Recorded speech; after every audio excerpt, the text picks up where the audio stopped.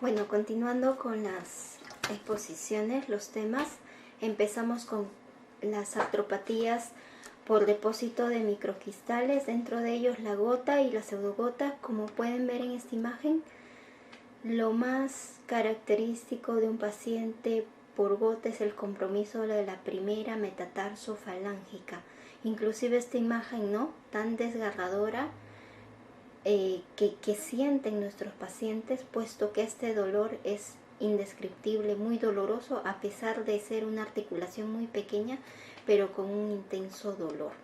¿Y por qué se da en el pie? Lo vamos a ver durante la charla. Como vemos, generalmente es una enfermedad de hombres, ¿sí?, metabólicos, que toman licor, que tienen algunos desórdenes en cuanto a la alimentación, y su compromiso básicamente va a ser en el pie. Y ven esta imagen de este demonio que está como si que le quemara el pie, ¿sí? Como siguiente tema vamos a ver lo que son las artropatías por microcristales, dentro de ellas la gota y la pseudogota. Como vemos, esta imagen es un pie.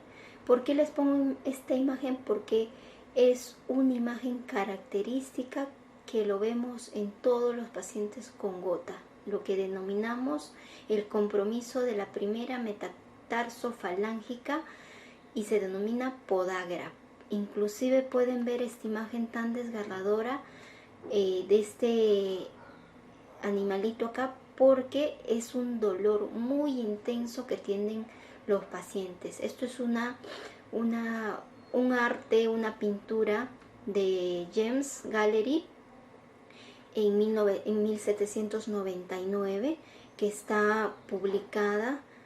Es una colección de las artes médicas, y dentro de ellos, como vemos, es una imagen muy sugerente a lo que vamos a ver más adelante. ¿Y por qué se da en el pie? Lo vamos a ver. Estén muy atentos de por qué la fase inicial de la gota se da en el pie. En cuanto a la epidemiología, vemos aquí que la gota es más frecuente en varones que traen muchas alteraciones o modificaciones en su vida. Varones con diabetes, varones obesos que toman licor, posiblemente fuman.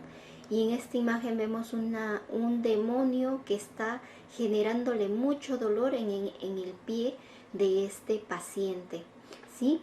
La gota, como vemos, es más frecuente en varones, pero también en mujeres posmenopáusicas. Es prevalente en adultos hasta cerca del 3%, es más frecuente en afroamericanos, y según la encuesta nacional del examen de salud 3, que es el NANES 3, más del 2% en hombres, más del 2% en hombres de 30 años tienen gota, en mujeres más del 50%, y de 50 años que diga, y 9% en mayores de 80 años y 6% en mujeres de 80 años. Con esto quiero decirles que a mayor edad, mayor prevalencia de gota. Según el estudio epidemiológico de Rochester, la incidencia de gota primaria está más o menos cerca a 50 por cada 100.000 personas, y ha doblado en los últimos 20 años. Existen factores modificables y factores no modificables. Los factores no modificables está la edad, el género masculino, factores genéticos y la enfermedad renal crónica en este caso. Y los factores modificables: la hiperuricemia, el alcohol, los excesos alimenticios, el consumo de carne de mariscos, el consumo de refrescos por las sustancias químicas que contienen estas, ingesta de alcohol, fármacos, obesidad, hipertensión, enfermedades linfoproliferativas y medicamentos.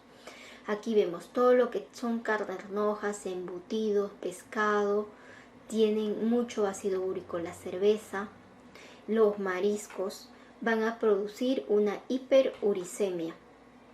En los varones la hiperuricemia es más de 7 miligramos por decilitro, y en las mujeres más de 6 miligramos por decilitro. Aquí hay una corrección. La hiperuricemia puede tener muchas causas: un aumento de la producción de ácido úrico, una disminución de la excreción de ácido úrico y un mecanismo combinado de ambas.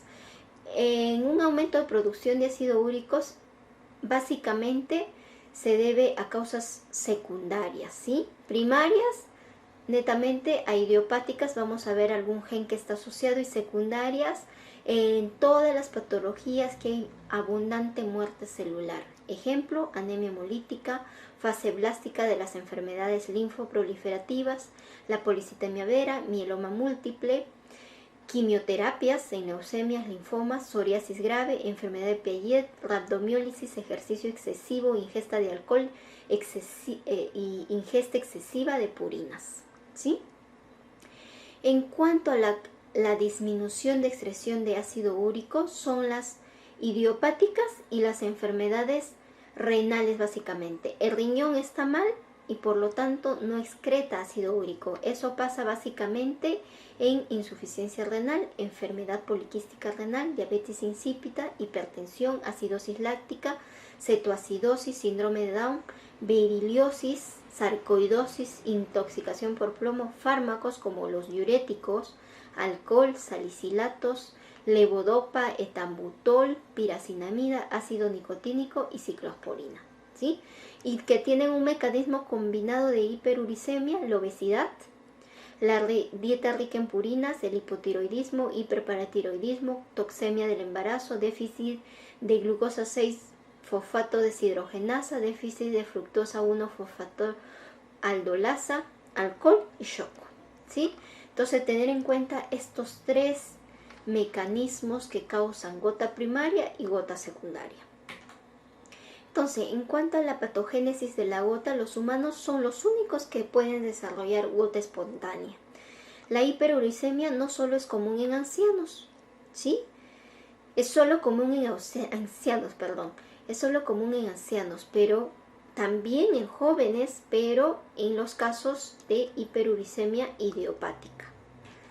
La hiperuricemia solo es común en ancianos en la ausencia de uricasa, que es una enzima que degrada el ácido, las purinas y convierte en ácido úrico, niveles de urato elevados en la sangre 10 veces que otros mamíferos. Eso sucede en los ancianos.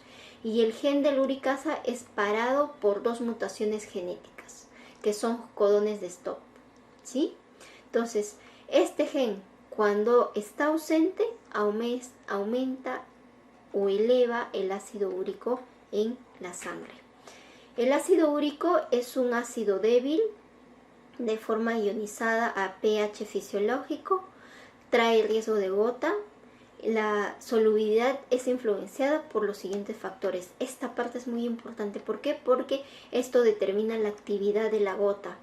La temperatura. ¿Por qué la gota se inicia en los pies o en zonas acras, distales?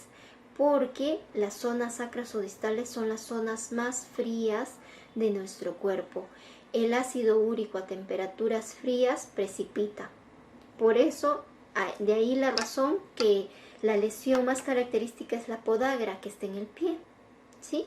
El pH también está influenciado en la solubilidad del ácido úrico, la concentración de cationes, el estado de hidratación articular, los agentes nucleantes de cristales, los proteoglicanos, presencia de proteoglicanos, colágeno y condritin, que actúan como agentes nucleantes. La variación de estos factores aumenta el riesgo de artritis gotosa, la podagra por la baja temperatura de la articulación periférica, la tendencia para ocurrir OA por los agentes nucleantes. A baja agentes nucleantes, disminución de condritin de proteoglicanos, lo que va a producir es osteoartrosis. El dolor, si es nocturno, por deshidratación articular. La articulación se deshidrata más en la noche y por lo tanto el dolor es más intenso en la noche. El metabolismo del urato. La hiperuricemia se va a producir por varios factores. Uno, la dieta, 10% por síntesis de nuestro propio cuerpo, y el 90% de este ácido úrico que ingresa por la dieta y por la síntesis se va a depurar por el riñón. Entonces, dieta fuera de purinas, el ácido úrico reduce hasta más o menos 5 miligramos a 3 miligramos por decilitro. Eso en dieta libre de purinas. Ingesta de purinas lo que hace es ruptura de los ácidos nucleótidos y produce nucleasas pancreáticas, ruptura de oligonucleótidos y lo que produce son fosfodiesterasas. Remueve los fosfatos y grupos de azúcares y promueve las enzimas pancreáticas. La práctica sugiere que los pacientes con gota deben restringir purina en su dieta por todo lo explicado acá, ¿sí? Entonces, este tipo de pacientes no deben consumir pescado, no deben de consumir mariscos, no deben de beber licor, no deben de beber cerveza. Vino está en equilibrio y lo que sí deben consumir, abundante vitamina C, productos vegetales, ¿sí? Y bajar de peso es importante. Entonces, el exceso de producción exógena de nuestro cuerpo, cuando hay unos trastornos linfoproliferativos y desórdenes autoinflamatorios, la intervención de fármacos o hipoxia tisular, solo el 10% es error por metabolismo congénito, es decir, la mayoría de las causas de gota es por causa exógena, problemas neoplásicos, problemas de dieta, problemas de fármacos, hipoxia tisular. El resto es por déficit de las mutaciones del HPRT y del PRPP. El HPRT es una hiposantina fosforil transferasa. Cuando está disminuida esta hiposantina, se produce síndrome de Leach-Nyhan, ¿sí? Y hay un aumento de ácido úrico, una hiperuricemia. Y si hay una mutación en el gen PRPP sintetasa, que es una fosforilribosil pirofosfato sintetasa, hay una sobreactividad de este fosforil sintetasa, una superproducción de urato y lo que produce es gota o urolitiasis por urato. ¿Sí? Estas son las dos causas más frecuentes genéticas de hiperuricemia idiopática. Consumo de alcohol por la vía del ATP se convierte el ATP en ADP y AMP cíclico y en ácido úrico, ¿sí? Hay deshidratación por alcohol, hay acidosis metabólica que descompensa y activa el ácido úrico y por lo tanto estimula la formación de artritis. La cerveza es la que tiene mayor factor de riesgo para que tenga un paciente gota. Entonces, viendo el resumen, acá vemos la fisiopatología, acá vemos el fosforilribosil pirofosfato sintetasa y acá vemos a la hiposantina hiporribosil transferasa, ¿sí? Entonces, hay un error en esto, cuando hay una hiperestimulación de la PRPP, lo que hay es un aumento de ácido úrico, ¿sí? De uratos. Cuando hay una inhibición de esta vía del HPRT, lo que hay es una disminución de la hiposantina en santina. Entonces, por lo tanto, no hay una conversión de hiposantina en IMP y por lo tanto no se va por la otra vía, sino hay un aumento de hiposantina y por lo tanto se convierte más santina y con la santina oxidasa se produce más ácido úrico. Estas son las dos patologías idiopáticas que podemos explicar que implica un 10% de los pacientes con gota. Por otro lado, la adiposidad y la resistencia a la insulina son asociados a hiperuricemia. El índice de masa corporal alto, la cintura, la cadera, la ganancia de peso están asociados a la gota. La diabetes, la hipertensión, riesgo a desarrollar gota.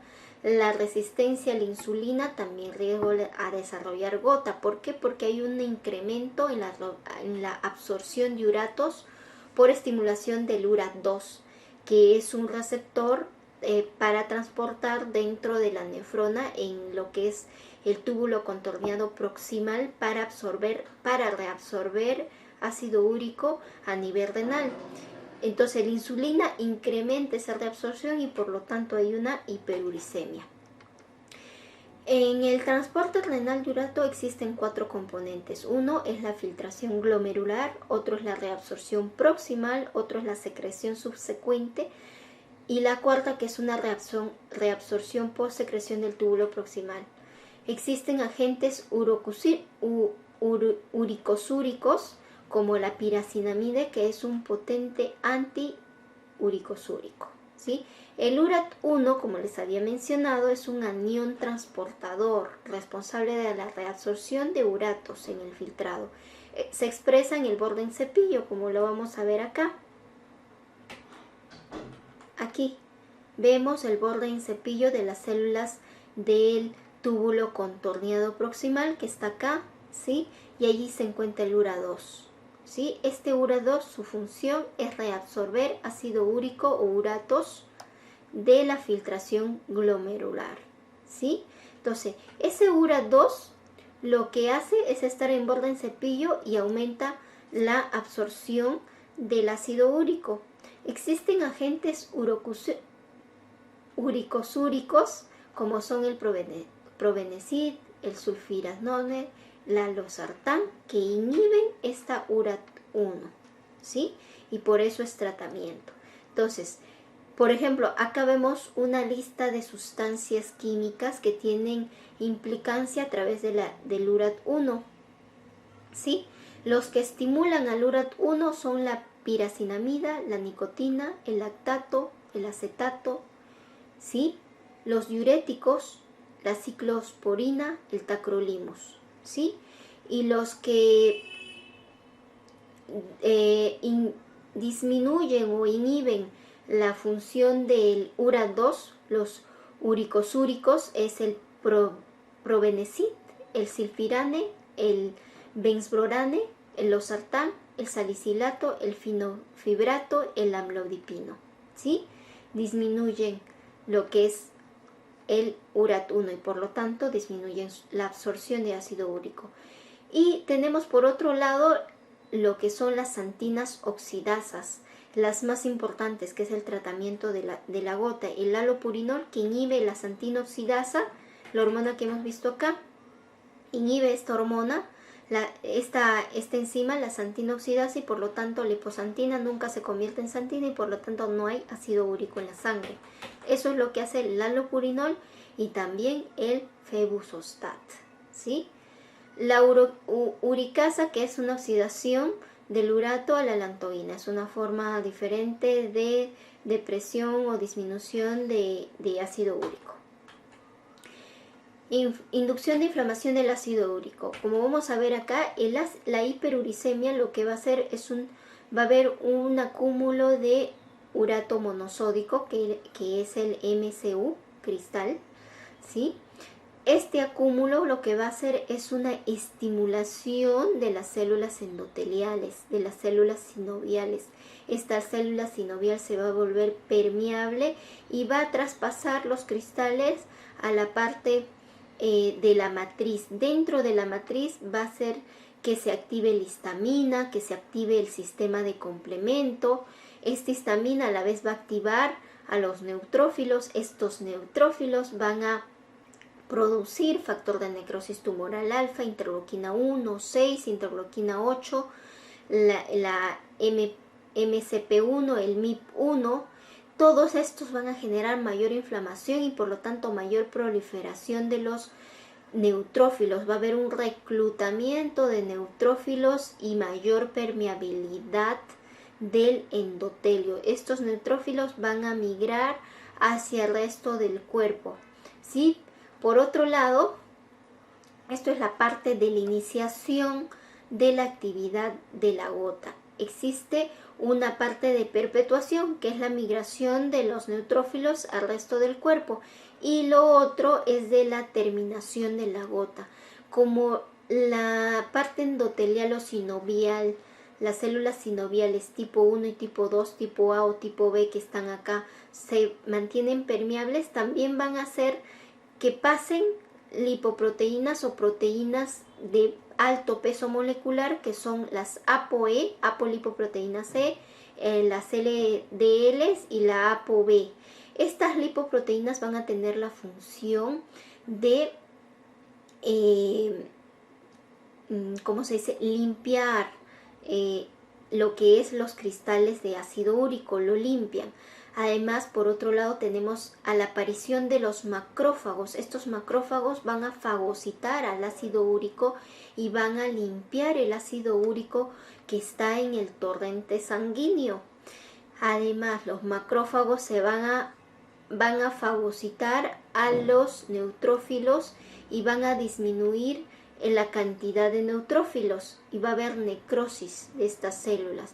Entonces, hay una disminución de los cristales de urato monosódico, hay una disminución de la activación de los neutrófilos porque los macrófagos se lo van a degradar y va a haber una producción ya de interleuquinas no proinflamatorias sino antiinflamatorias, ¿sí?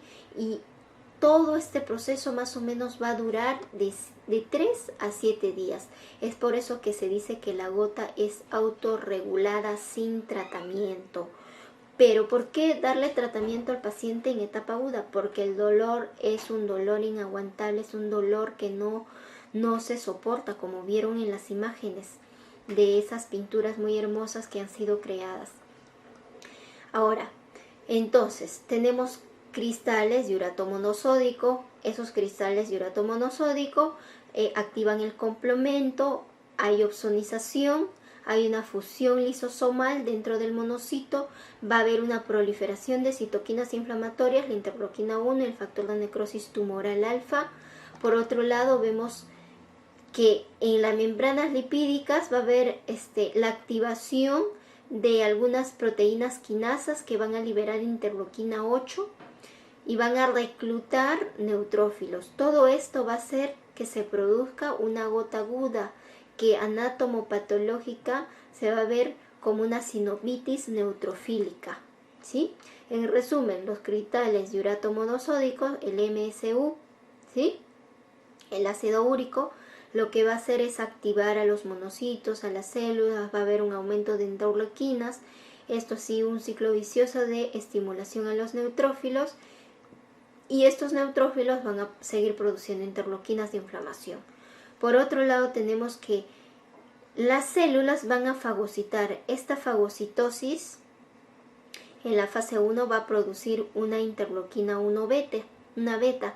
Esta interleuquina 1 beta va a estimular a la vía de los Toll-like receptor, que es una vía de inflamación innata, y va a producir la lectura de lo que es la interleuquina 8 y de los factores proinflamatorios, ¿sí? Eso en resumen.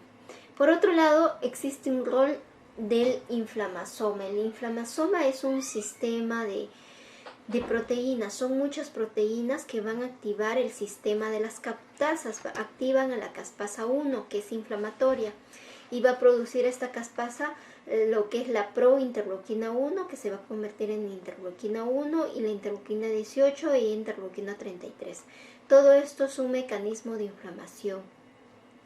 Estos mecanismos de inflamación serían a través de un reconocimiento de diferentes compuestos, un RNA, un ATP, un compuestos antivirales, bajas concentraciones de potasio intracelular, luz ultravioleta, cristales de pirofosfato cálcico deshidratado o dihidratado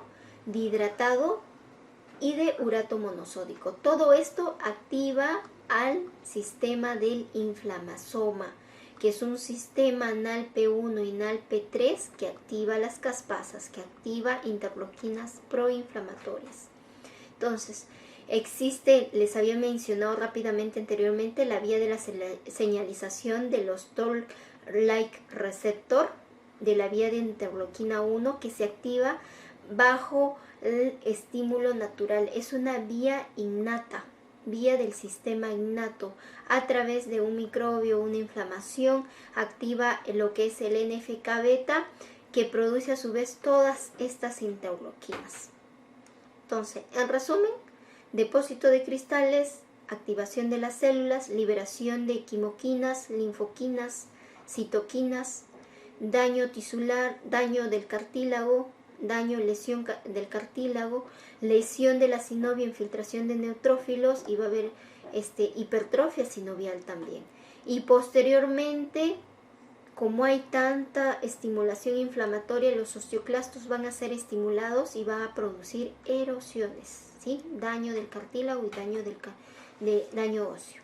Entonces, el desarrollo de la gota se da por hiperuricemia, cristales de urato monosódico e inflamación posterior. Dentro de la evolución de la gota existen 4 fases. Una fase hiperuricémica sintomática, una fase gotosa aguda, la que hemos estado viendo, una fase intercrítica que puede durar meses o años, que consiste en fases de actividad e inactivación por mucho tiempo, fase de quiescencia, y la fase tofasia crónica, que dura más de 10 años de evolución. Veamos la artritis gotosa aguda. El dolor es localizado, es de inicio brusco, agudo, intenso, muy intenso, con eritema, inclusive fiebre. La máxima intensidad de síntomas y signos inflamatorios es a las 24 horas. La afectación monoarticular y autolimitada se da en las primeras etapas.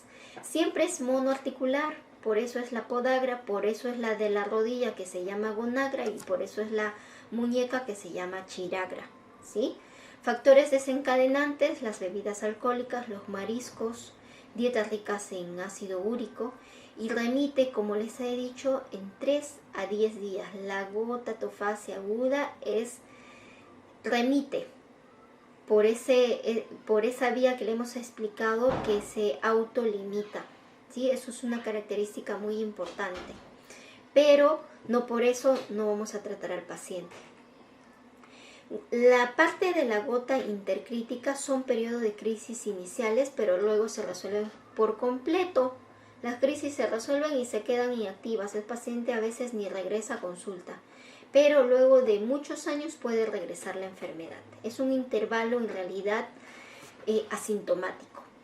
La artritis crónica gotosa típicamente se lleva durante años, ¿sí? Ya hay una persistencia de inflamación, citoquinas, proteasas, oxidantes, inflamación sinovial, hipertrofia sinovial, artritis persistente, fagocitosis, presencia del tofo, que es el acúmulo de microcristales dentro de una sinovia o de una bursa.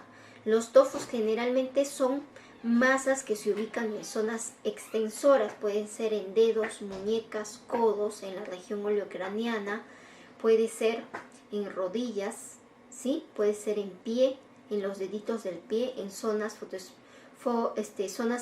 extensoras, y además en pabellones auriculares, ¿sí?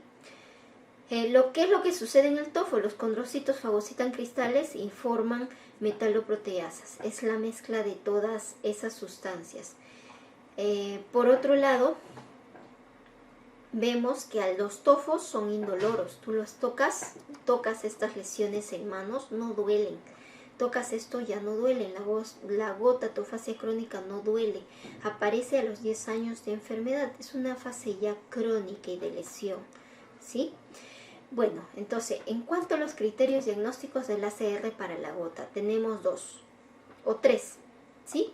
1, ubicar los cristales de urato monosódico en el líquido sinovial. Nos basta eso para diagnosticar gota. O encontrar cristales de urato monosódico por medios químicos o microscopía de luz polarizada en tejido de un tofo, ¿sí? Y lo otro es 6 de estos 12. Tiene que estar presente 6 de estos 12 si no encontramos ni A ni B. Inflamación máxima desarrollada en un día. Más de un ataque de artritis aguda. Ataque de artritis monoarticular. Enrojecimiento de la articulación. Ataque agudo unilateral de la primera metatarsofalángicas. Ataque agudo del tobillo. Presencia de tofos. Hiperuricemia. Aumento de volumen asimétrico de alguna articulación. Quistes subcondrales sin erosiones a los rayos X. Ataque autolimitado de 3 a 10 días. Cultivo negativo de líquido articular para microorganismos durante el ataque de inflamación articular porque hay sinovitis. 6 de esos nos hacen el diagnóstico de gota. o suficiente encontrar el cristal de urato modosódico en el líquido sinovial o por medios químicos. Esto es lo mismo. Ahí están los cristales de urato modosódico, son como agujas que cristalizan, ¿sí? En cuanto al tratamiento, existe un tratamiento para bajar el ácido úrico, lo que denominamos comúnmente como ULT. Bajar el ácido úrico, ¿sí? Primero vamos a ver en varios supuestos. Por ejemplo, si el paciente tiene tofos, vamos a tomar la alternativa A, que es esta. Si el paciente tiene frecuentemente ataques, también la A. Si tiene daño renal, vamos a tomar la decisión C. Si tiene antecedente de urolitiasis, también vamos a tomar la opción C. Entonces, nuestro objetivo de un paciente con gota es tenerlo mínimo o menor igual a 6 miligramos por decilitro de ácido úrico sérico o menor a 5 miligramos en pacientes que son sintomáticos. ¿Qué hacemos con estos pacientes? O damos un inhibidor de la xantina oxidasa, que puede ser allopurinol o febuxostat, ¿sí? La alternativa a esto, porque si son alérgicos o intolerantes a estas dos medicinas, le podemos dar en primera línea para disminuir el ácido úrico, tratamiento ULT, el probenecid, ¿sí?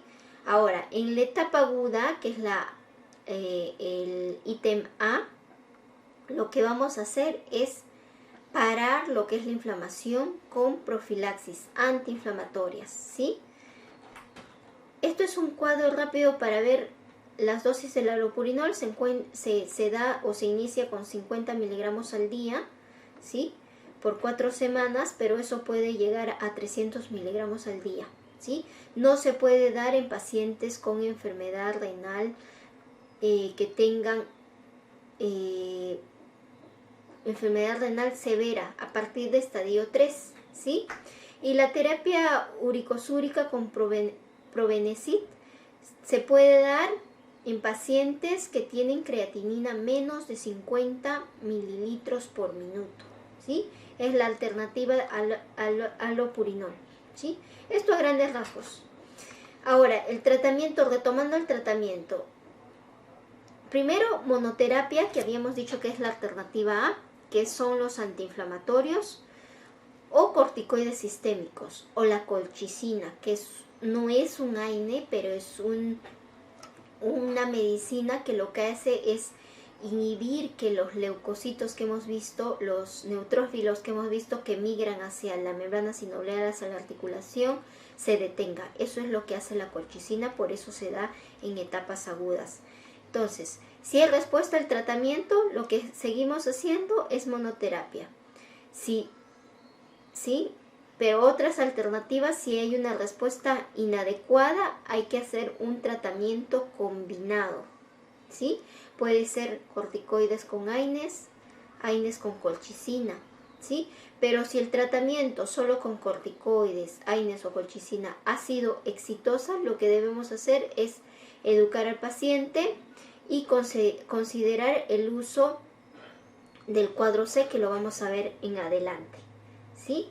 Entonces, los AINES son útiles en los pacientes con gota en la etapa aguda, ¿sí? Se da a la dosis antiinflamatoria, las dosis máxima antiinflamatoria. Por ejemplo, el ibuprofeno es 3 veces al día, naproxeno 3 veces al día en las primeras etapas, y luego se va disminuyendo a dosis analgésicas nada más. La dosis antiinflamatoria es más que la dosis analgésica. Entonces, la colchicina, ¿cómo damos la colchicina? Inicialmente, según la guía del EULAR, porque esa es la guía del EULAR, damos 1.2 miligramos en primera instancia, y luego de 1 hora damos 0.6 miligramos y cada 12 horas según esto. Pero lo que normalmente hacemos es colchicina al inicio, los 2 primeros días cada 8 horas, cada 3 veces al día, y luego por 3 días nada más, y luego lo disminuimos a 0.5 miligramos al día hasta el mes o 15 días más o menos, dependiendo cómo esté el paciente. ¿Sí?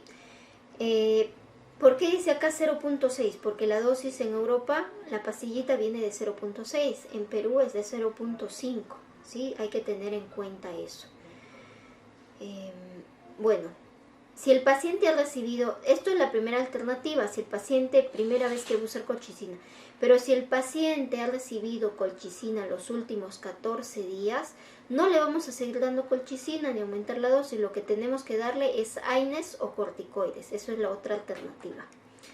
Los corticoides, ¿cuándo usamos corticoides? Si es etapa inicial, vía oral, si no hay contraindicación a los AINES, no hay contraindicación con colchicina, usamos corticoides a una dosis de medio por kilo, ¿sí? Más o menos de 5 a 10 días. Después disminuimos la dosis hasta parar, ¿sí? ¿Cuándo usamos corticoides intraarticulares? Cuando existe o una o dos articulaciones comprometidas, no más, intramuscular, cuando hay mucho compromiso articular, poliarticular, porque no vamos a estar inyectando intraarticularmente a todas las articulaciones. Ahora, en pacientes que están en NPO, lo que hacemos es darle corticoides intraarticulares o intravenosos a una dosis a medio por kilo o a 2 miligramos por kilo, ¿sí? Si es que es muy severo. Por otro lado, la profilaxis. Entonces, antes de entrar a la profilaxis, solo para que les quede, paciente con gota aguda, reciente diagnóstico, lo que hacemos inicialmente es darle colchicina a 0.5 miligramos cada 8 horas los 3 primeros días y luego una vez al día, más o menos por 15 días a un mes. Aunado a esto, lo que podemos asociar es AINES si hay mucho dolor, o cualquiera de esos dos, solo AINES, porque a veces solo pasa con AINES. Es más, la gota aguda, como les había mencionado, se autolimita al 10º día.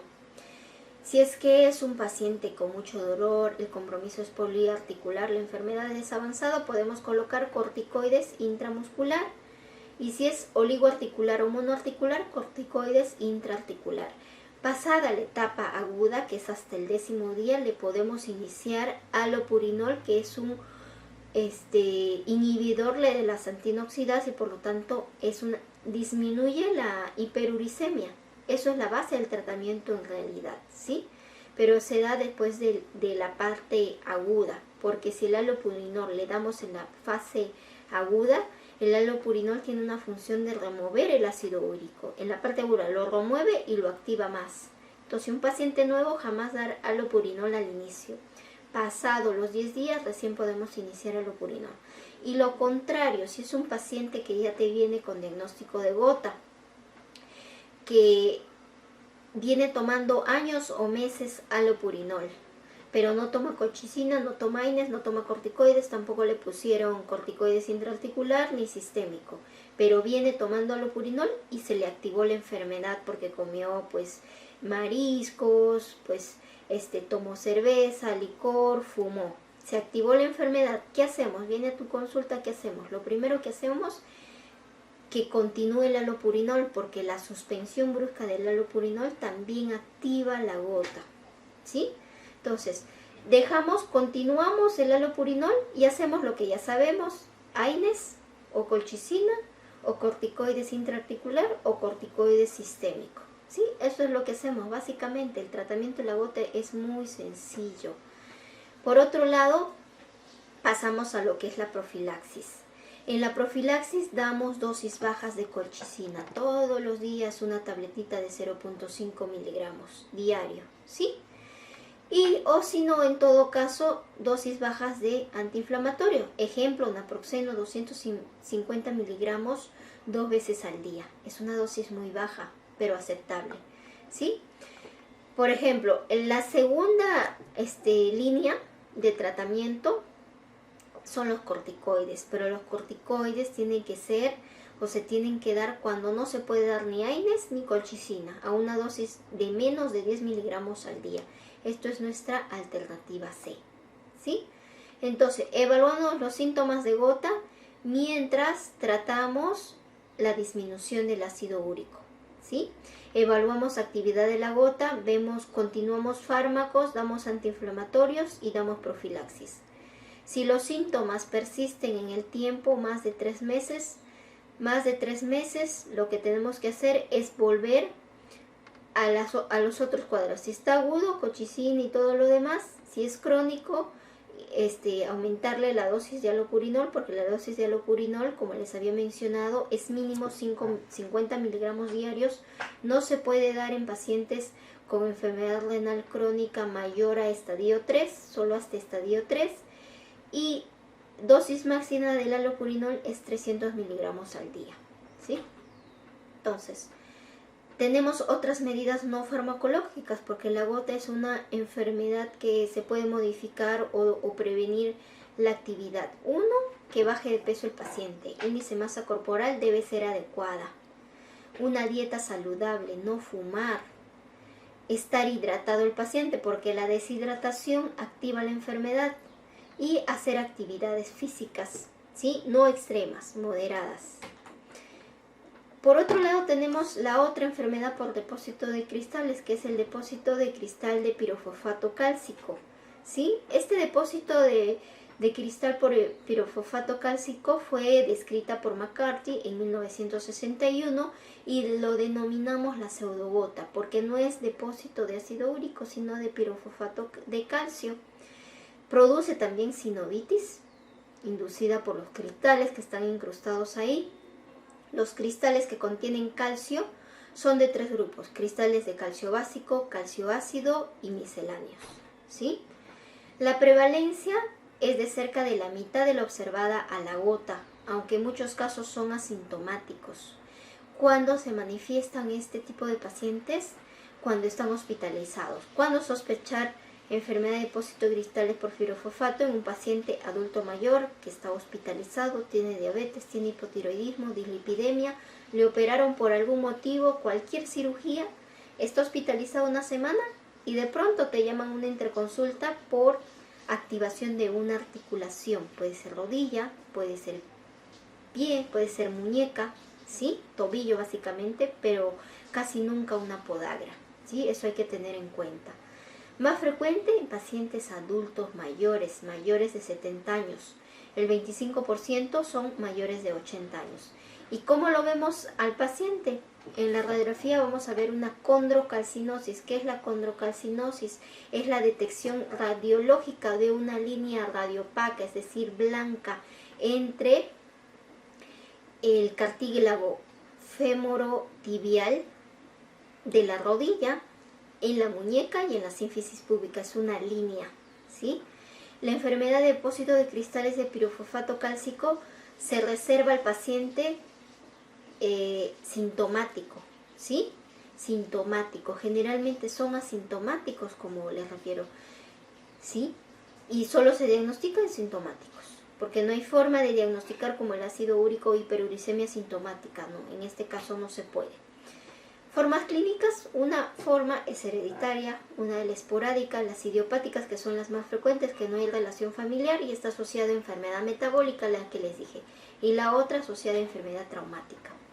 La forma clínica: sinovitis aguda por pirofosfato, es la más frecuente, da monoartritis de instalación súbita, igual que la gota, periodos intercríticos, pocas veces manifestada como podagra. Afecta principalmente en orden decreciente rodillas, muñecas, hombros, codos y tobillos. No está la sínfisis púbica, pero también hay. Y la otra forma clínica es que es la poliarticular, ¿sí?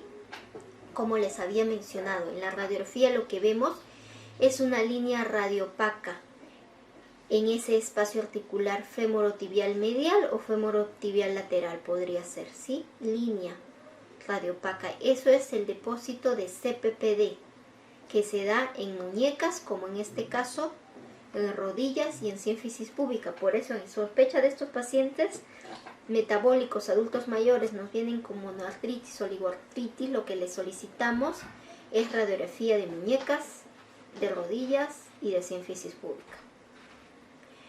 Formas clínicas: toman el nombre de acuerdo a la enfermedad reumática que simulan o imitan, pseudoartritis reumatoide, ¿sí?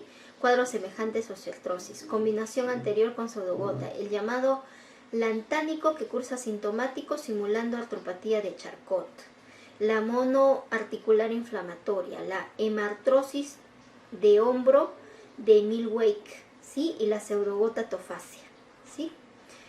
La artropatía por fosfato básico de calcio, los tipos de cristales son hidroxiapatita, fosfato octacálcico, fosfato tricálcico. La localización de esto es calcificaciones ectópicas y distróficas, miositis osificante, calcinosis, esclerodermia y dermatomiositis, ¿sí? Artropatías de fosfato básico de cálcico. En otro aspecto clínico podemos ver periartritis, tendinitis y bursitis. Estas son las manifestaciones clínicas. El tratamiento y pronóstico es similar a la gota, pero no usamos uricosúricos porque no hay aumento de ácido úrico. Lo que hacemos todo lo demás: AINES, infiltración, rehabilitación, cirugía. En ataque agudo lo que se puede dar es colchicina también, y como profiláctico también damos colchicina, 1 miligramo por día vía oral. Tratamiento similar que la gota, excepto alopurinol y febuxostat. Otras artropatías por cristales. La inyección articular de corticoides puede condicionar la inflamación mediante el mismo mecanismo patogénico del ataque de gota, en este caso debido a cristales de esteroides. Sí, en algunos casos está contraindicado hacer infiltraciones dentro de la rodilla porque los exaspera más, ¿sí? Otros cristales pueden encontrarse en el líquido articular, son los de colesterol. Los pacientes con diálisis crónica pueden sufrir artropatía con episodios de agudización que afecta a dedos de las manos, de los pies, de las rodillas, las caderas, las muñecas. Y se ha descrito en algunos pacientes los cristales son de oxalato de calcio, ¿sí? Diferentes cristales que son denominados pseudogota.